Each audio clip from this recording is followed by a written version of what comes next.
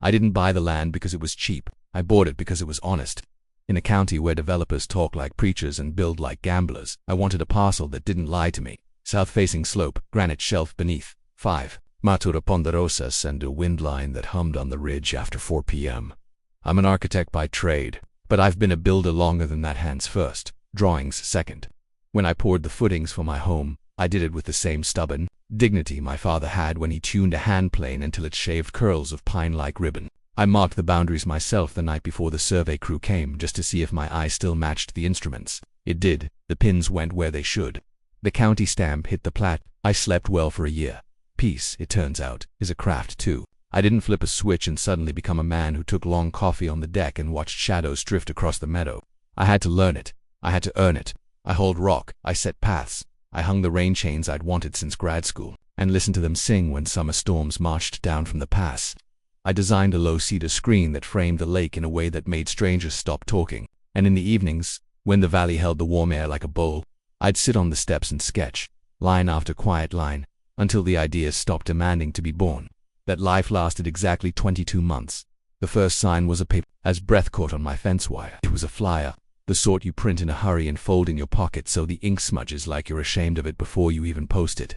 Community advisory, it read, and the rest was a soup of words: lot consolidation, pathway remediation, compliance alignment, stakeholder review, no logo, no county seal, just a phone number with a local area code and a final line bolded: unauthorized encroachments will be addressed.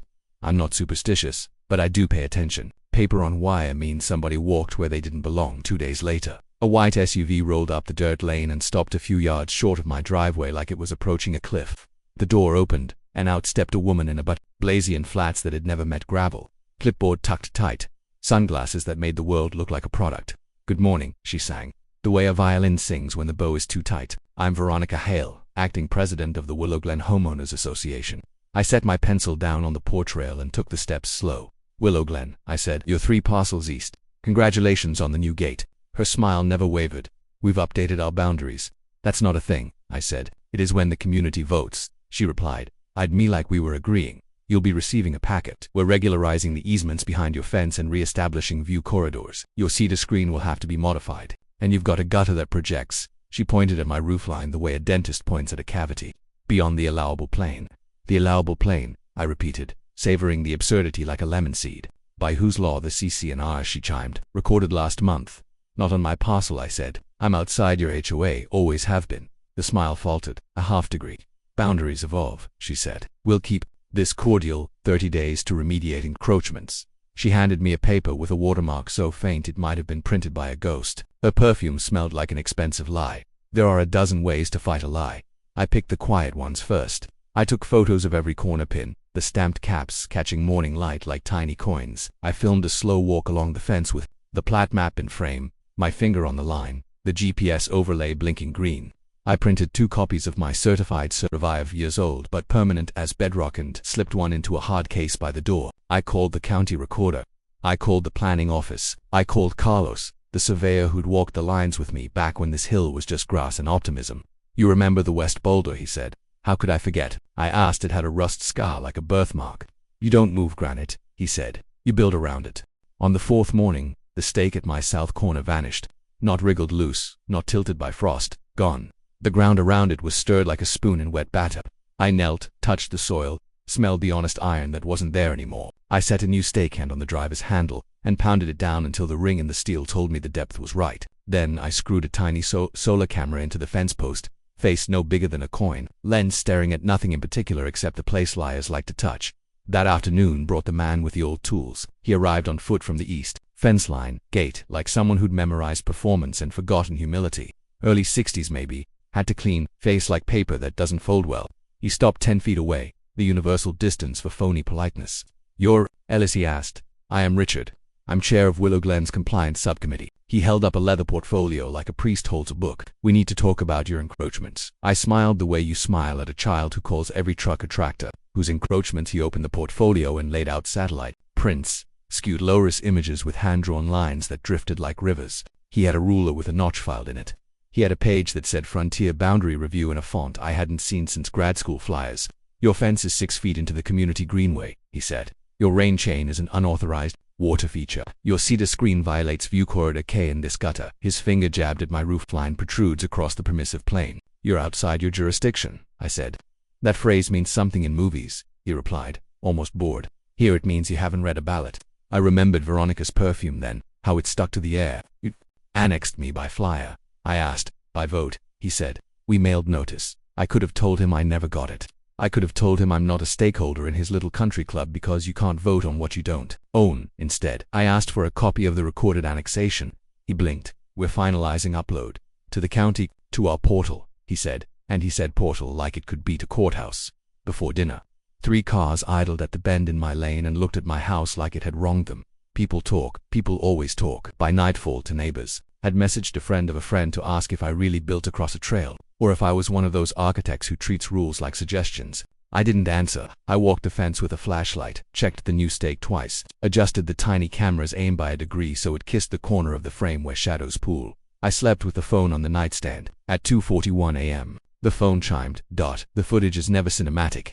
No music, no sudden crash of truth, just the washed-out green of night vision and the small, precise movements of someone doing a wrong thing they've done before.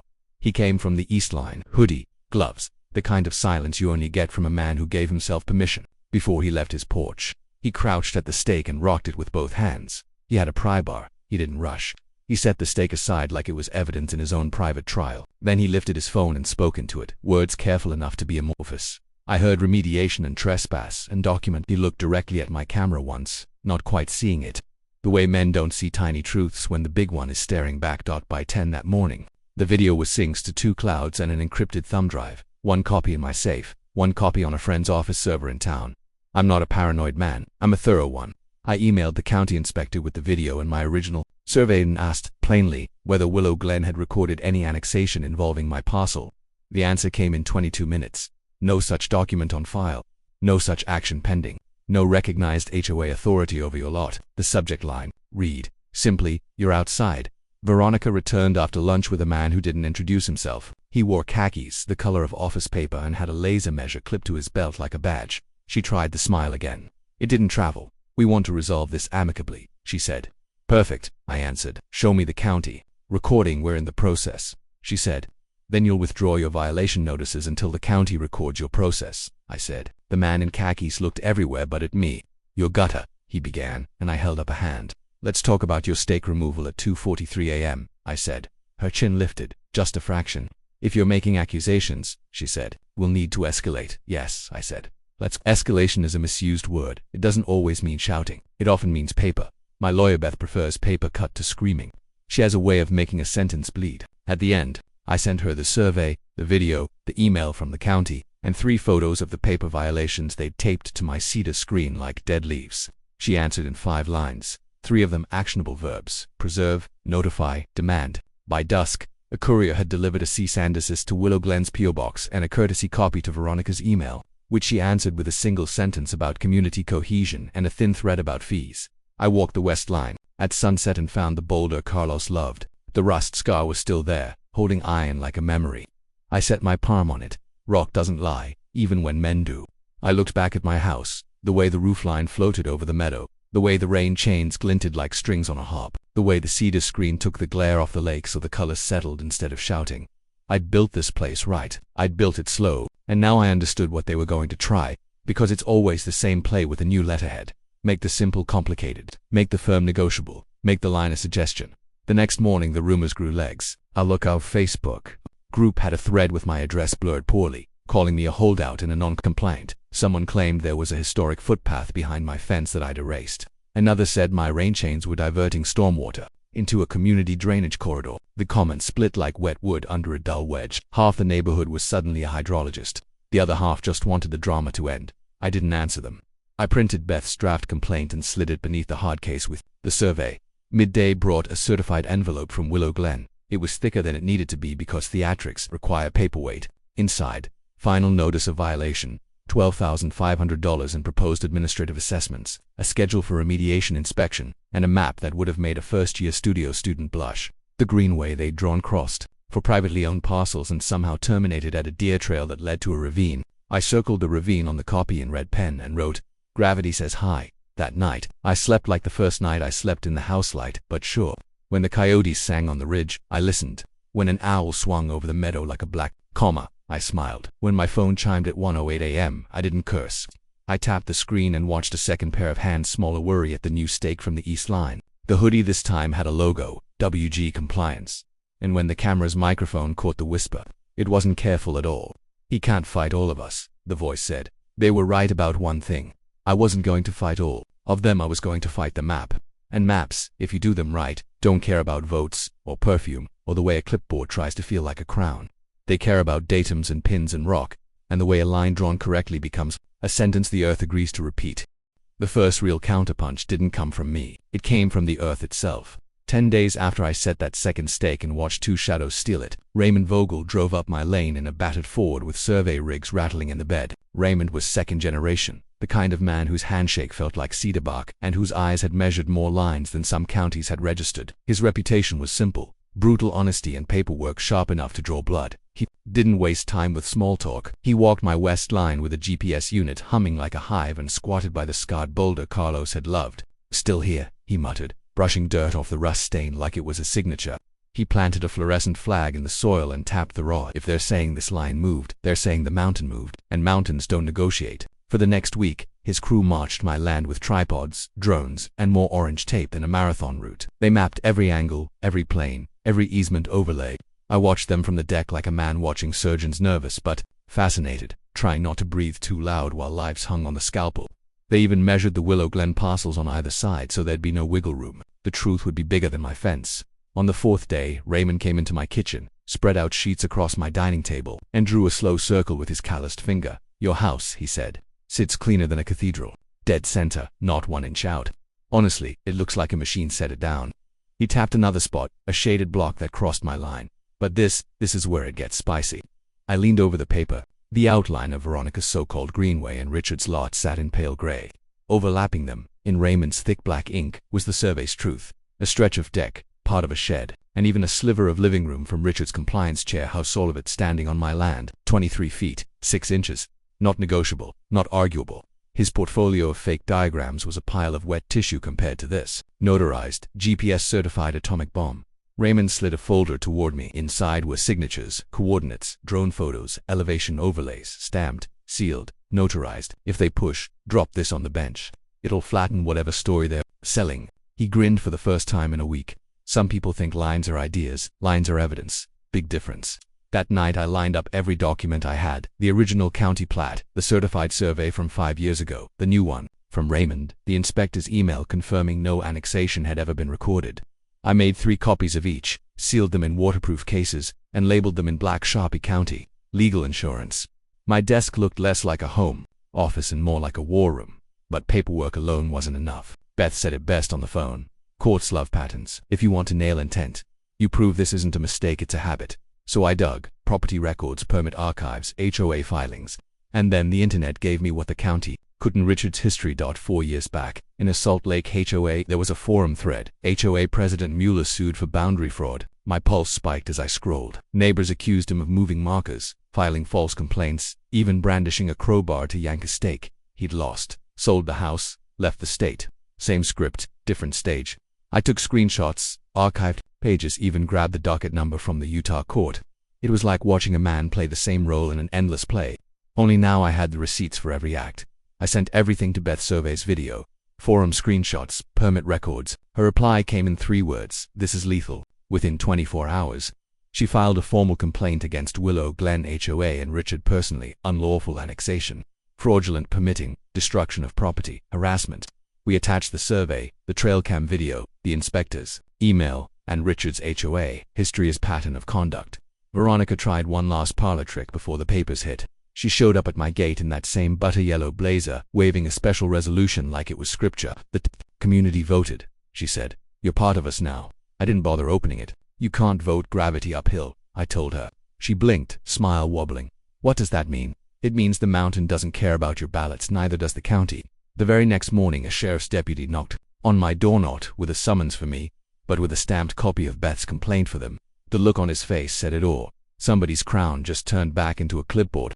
Courtrooms aren't built for drama, but they invite it anyway. The floors are scuffed linoleum, the walls pale enough to make everyone look tired, and the microphones squeal whenever someone forgets to lean in. But that morning, when Judge Ramirez called our case, the air felt thick enough to bend. Beth sat beside me, her files stacked with surgical precision, hair tied back like she was headed to war with commas and signatures. Across the aisle, Richard stood alone, portfolio clutched like a life raft. Beside him, Veronica perched with a smile that looked carved on, and behind them, two men in cheap navy blazers carried an oversized tube of rolled documents like pallbearers at the wrong funeral. Ellis v. Willow Glen, Homeowners Association ETL. The clerk read, my name, their name, a fight on paper, about to spill into the air. Beth opened clean.com. Your Honor, my client holds clear title to his parcel, confirmed by certified surveys in 2019 and again in 2024. The defendants have attempted to annex his land without county authority, filed fraudulent violation notices, and removed boundary markers. We submit a notarized GPS-verified resurvey by licensed professional Raymond Vogel, county correspondence confirming no annexation exists, and video evidence of the defendant Richard Miller removing a survey stake at 2:43 a.m. while threatening to demolish my client's home. She slid a flash drive across the table like it was nothing more than lunch money. Ramirez raised an eyebrow, scribbled a note, then turned to Richard. Mr. Miller, response. Richard rose like he was auditioning for a role he'd played before. Your Honor, this entire complaint is based on manipulated data. My home sits within my lawful lot lines. The plaintiff has engaged in harassment, falsified boundaries, and trespassed into Willow Glen's jurisdiction. I have professionals prepared to verify. He gestured at the men in blazers. The first took the stand, wiry hair slicked like he hadn't washed in days. I'm a real estate boundary consultant, he announced proudly. Beth pounced. Licensed surveyor in the state of Colorado. The man cleared his throat. No, but certified by any geodetic body, not currently. So you cannot submit legally binding survey documents. Silence. Move to strike testimony as inadmissible, Beth said. Granted, Ramirez replied without looking up. Richard's jaw twitched. His second witness stepped up, polo shirt, khakis, and a smile too nervous for the role. I'm a logistics analyst, he said. Beth tilted her head. Are you employed by Mr. Miller? Well, handle payroll for his consulting firm. So you're his accountant. Technically, Ramirez pinched the bridge of her nose. Mr. Miller, do you have any witnesses with actual land surveying credentials? Richard's voice sharpened. I have data. He slapped a printout on the table, pixelated satellite images with lines drawn like a drunk with a ruler. This proves the encroachment. Beth stood again, calm as a surgeon. Your Honor, we submit not only Mr. Vogel's licensed survey but also drone overlays, GPS logs, and cadastral system confirmation, and we ask the court to view Exhibit C, the trail cam video. The clerk played it, night vision green-filled, the monitor. Richard crouched at the stake, crowbar gleaming, yanking iron out of soil that had never wronged him. Then his voice, grainy but clear enough. If this guy doesn't move his damn house, I'll tear the whole thing down myself. I swear to God. The silence afterward wasn't just quiet. It was heavy, like everyone's lungs decided to wait for the judge. Ramirez leaned back in her chair, eyes on Richard. Did you remove a boundary marker, Mr. Miller? I was correcting. A fraudulent installation, he said firmly. Did you threaten to destroy the plaintiff's house? I was speaking metaphorically. Beth arched an eyebrow, a smile tugging at her lip. Ramirez tapped her pen once, slow. Mr. Miller, I advise you to consider actual legal counsel. I represent myself, Richard snapped. Of course, you do, Beth murmured under her breath.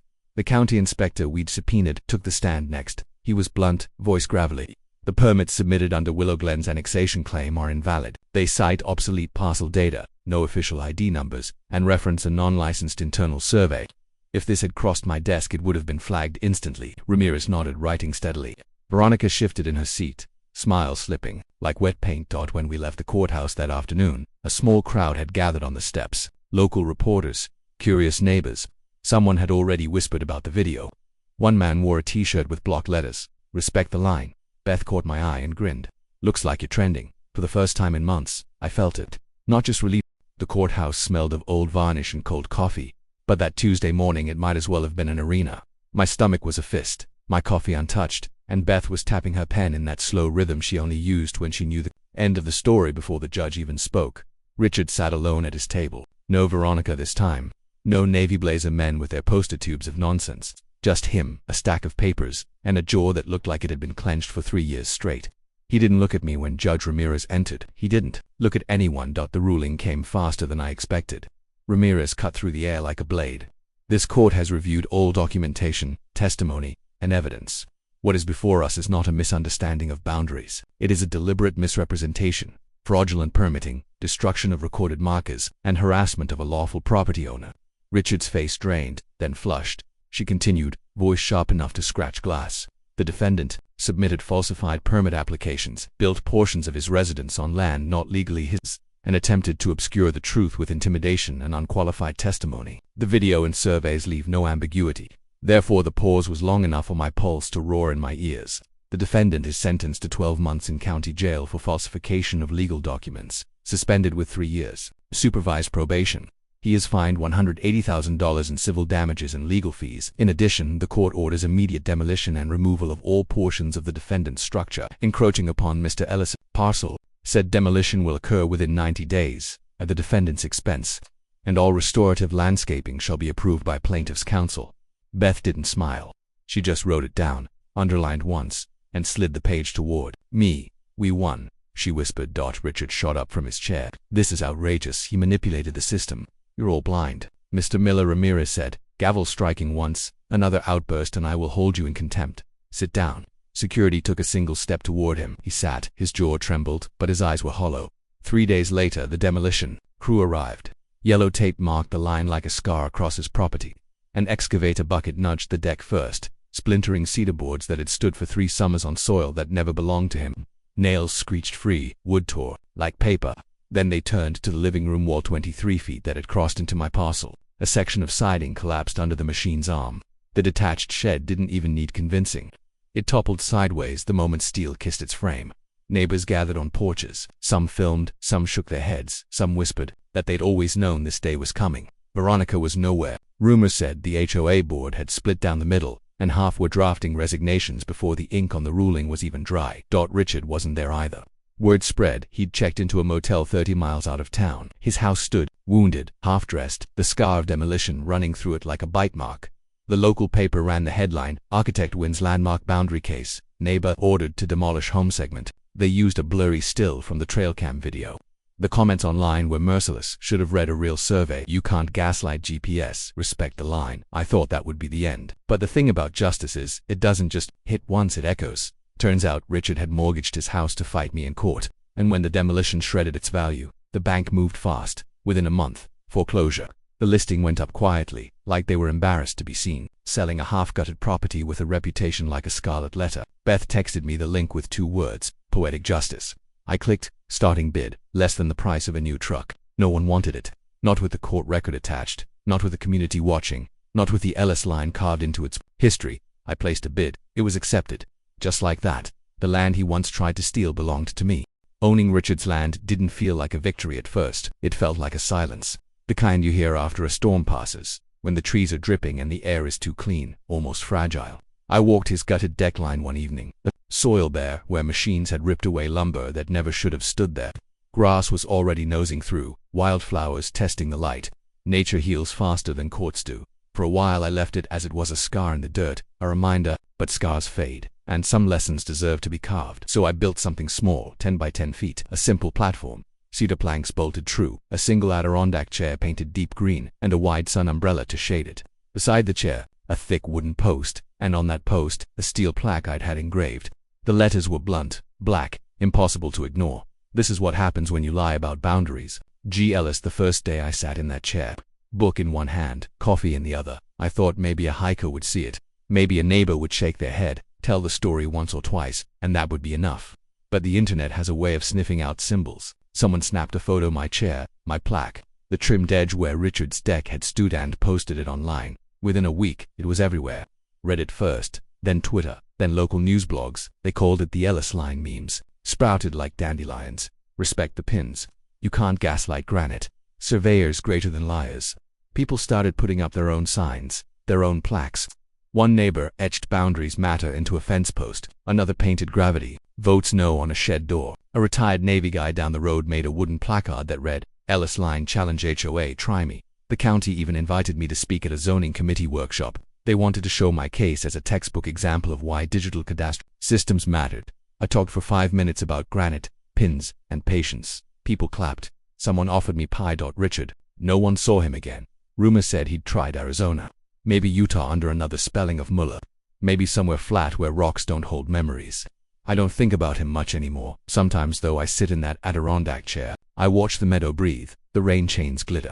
The boulder with its rust scar stand eternal at the line Carlos once triangulated. I smile. Not because I won, not because I bought the land he tried to steal, not even because strangers online turned my boundary into a meme. I smile because he forgot the simplest truth of all. Property lines don't care how loudly you argue. They care where the pins go.